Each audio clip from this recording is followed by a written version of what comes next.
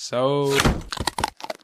Hello everybody, and welcome to Plants vs. Zombies Primal Plants Only, Part 3. Last episode we added Snake Lily, Primal Pea Shooter, and Dragon Brute for Pirate Seas, Wild West, and Frostbite Caves, putting us on time to get started on probably the easiest of the world gimmicks, though having some potentially really dangerous zombie variants. The Lost City has some of the most beneficial gimmicks, as stated, being little sun tiles that grant sun when a plant is put on them, making them similar in function to a sunflower. And although I'll occasionally take a toadstool in games with me, this was a great method of sun production for us that allowed us to easily put together our more expensive forces quickly in pretty much all levels of Lost City. As is common, most of the plants I designated as primals are more on the expensive side, but on the contrary, pretty much every primal plant I have picked so far is very competent in one way or another. They have armor-piercing, knockback, AoE plants that can cover multiple lanes, and even a plant that can turn zombies, and all of them put together to create a very competent and coherent fighting force that is basically put on easy mode for the opening parts of Lost City. We actually rolled Toadstool several times throughout our time in Lost City, and it was helpful with sun production too. And the one place where sun production is not even remotely going to be a problem for us. Still though, Toadstool isn't great of a sun producer on its own. I'm not even sure how likely it is to get a return value for every world, but they definitely function well as more competent chompers, which I'm also allowed to use due to their bestial nature. I'll savor you! It's not until day 12 where something interesting finally happens, with a sun production mission of 5,000 sun, so we're allowed the usage of Primal Sunflower, but as I've proven time and time again with other challenges, you don't even need a sun producer for this day, as the tiles are more than enough to get through it. And even more so with me introducing the next member of the team, who is one of the best, if not the best, stalling plants in the entire game, Primal Walnut, to help out. Primal Walnut actually has the same amount of health as a regular walnut, but is also able to survive insta-kill attacks up to 3 times before dying, and what is really important in situations like these, has a near instant seed refresh time, letting me plant it pretty much wherever I want, whenever I want. Things continue to grow off without a hitch, and on day 17 we are introduced to the tent imps that create little zombie spawners on the sun tiles. Theoretically, I could use them to farm toadstool sun production, but economic activity aside, we will be doing our best to keep the sun tiles ourselves, with plants like Kiwi Beast and Primal Walnuts. Though, who is really pushing us through the Lost City, even though the zombie power levels are getting higher, is that of the Snake Lily, as it's just turning the zombies on each other, and with its plant food Shotgun Blast, has a chance of making Gargantuars alongside Zoy Zombie Melon and Carrot Heads, with me using them on suntile points to lock down entire areas for my own plants, with the Z Suntile mission. I do have to plant it noticeably closer than I would for any other typical summoner or spawner type plants, as it can only attack zombies within 3 columns of itself, but I honestly really like Snake Lily as a plant, mainly because of its gimmick, to the point to where I would say that I prefer it even more than Cauliflower, just because it feels more balanced and unique, despite them both being very similar plants. Day 21 was a pre-picked plants mission, but I see Toadstool in there, so I'm obligated to try the day with only Toadstool, even though it doesn't count, and 1 Mushroom Frog Push Genocide later, and yes, you can beat it with nothing but Toadstools. Suck my dick!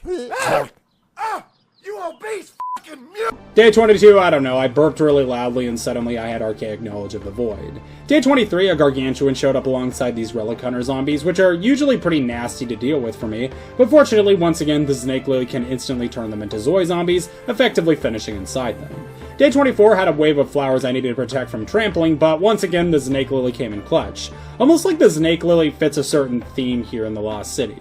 Day 25 was a most plants picked mission, but since the Snake Lily has been the main pusher for the past several worlds in a row now, I once again employed the Forced Hypnosis Snake onto the battlefield. Look me in the eye when I'm speaking to you. So I decided to take a break from the snake after that, and the next world, day 26, we are able to get a good push with just Primal Pea Shooters and a Dragon Brute. We need the Primal Peas in order to deal with the Flyers, as the Dragon Brute can't hit them for whatever reason, but whatever. Day 27, I went right back to my bullshit and started using Snake Lily again, but in my defense, they introduced the Death Laser zombies, who go pew pew pew all over my plants, even though I probably could have dealt with them using a Kiwi Beast stomp. Day 28, poop, fart, stinky butt, doo-doo shit. Day 29 was a good display that I didn't even really need the Primal Walnut to stall the Gargantuars, as with 2 or more Primal Peas, I can very easily spit in their faces with endless knockbacks and stuns, making the Primals so far one of the best anti-Gargantuar builds. Rimworlds. And day 30 was the first and only day of Lost City that I lost the first time, being to not plant on the several columns of mold colonies in front of my house, making it very close quarters on the map, and although I have plants that can deal with that, I don't have any particular reverse firing plants, and I failed to capitalize on that one thing that I did not have, being the Kiwi Beast the first time. The second time around, we just bring it along with us and actually use that, correcting our mistake, and added in a Snake Lily because I'm partially addicted to invading the minds of others and mutating them into disgusting chimeras. Brother, why?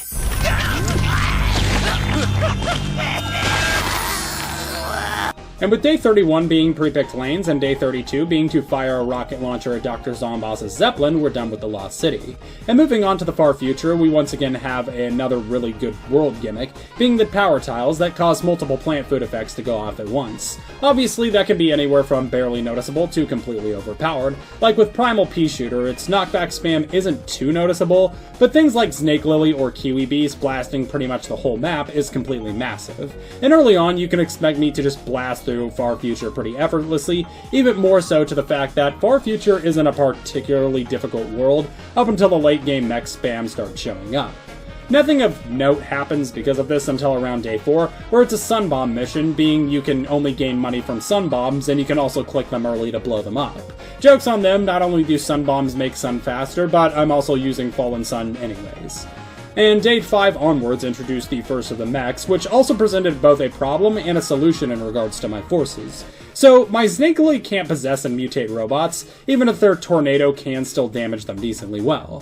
Fortunately though, just like Gargantuars, the Primal Peas are good enough at smashing their skulls in, hitting them with infinite knockbacks as well.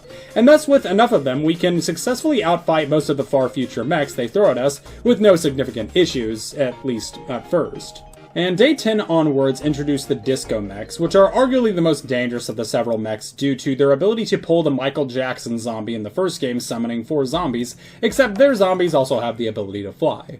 Normally we would just use Blover if they get a bit overwhelming, but we don't have that ability, and fortunately we have multiple ways of improvising our way around them. The quickest, albeit the most luck-based, is that of the Snake Lily Gargantuars, but Kiwi Beast plant food is also a viable strategy. Those aren't the only mechs we have to deal with either, as we also have the shield mechs that are immune to knockbacks too, until you break their shield, and of course the Gargantuar mechs, who fire the most inaccurate death laser ever to the point to where you think they would have mained Bebop and Deadlock. Time to cut loose! Day 14 was don't spend more than 1,500 sun, and it did actually intimidate me, so I played very conservatively, planting Primal Peas on each of the power tiles, and fortunately a Kiwi Beast added to the team was enough to get us through fine. Day 15 had us defending 3 Citrons, but fortunately 3 Kiwi Beasts in front are more than competent enough to block for them while they blast anything the Kiwi Beasts don't immediately blend into a fine paste. And then a lame idiot world not worth mentioning, everyone. Day 18 was produce X amount of sun, so naturally we got to use Primal Sunflower here, and it was over in seconds due to economic superiority. And day 19 was more sun bombs, so naturally once again, with the sizable capital increase on our side, and the ability to detonate thermonuclear bombs legally, we still had 0 issues. Day 20, we had our next slip up with the defend a row of starfruit from starfruiting all over the place, and I didn't have enough time, or rather willpower, to just throw a Primal Walnut in front of them because I somehow managed to delude myself into thinking that not using Primal Walnut would make the challenge more difficult by taking away a powerful plant, even though most of my plants are powerful. Whatever, we get it the second time around, and the zombies even knocked down a mower. Good job. Day 21, I decided that this is a stomp world anyways at this point for pretty much every single day that I would use it to add yet another plant to the team. Don't worry, this one's pretty powerful too, being Blast-Dew Spinner, who is basically a more powerful version of Sticky Dew Rice. Or weaker? I don't know, there's a debate to be had between the two of them. It shoots webs at zombies in multiple lanes, and if it successfully coils them up, it turns them into bombs.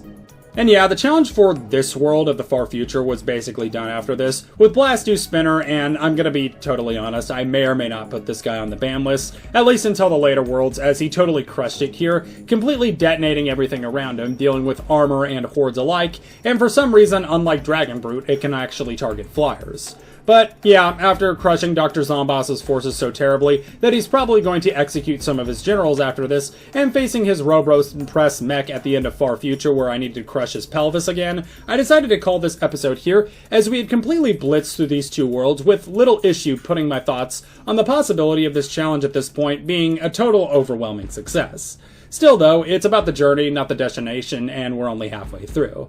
But if you enjoyed this video and you want to see more like it, please leave me a comment down below, letting me know your thoughts as well as what you'd like to see next, both Plants vs. Zombies and otherwise. And if you're new here, please consider subscribing, as among my channels, I upload new long-form content every week, as well as new shorts every other day, encapsulating variety content, including challenges, guides, memes, audience participation, playthroughs, and even theories. Also join the Discord with a link in the description, as well as the pinned comment to become part of the show. But with all that being said, thank you all again so much for watching, and big thank you to my channel and Patreon members, and I will see you all next time.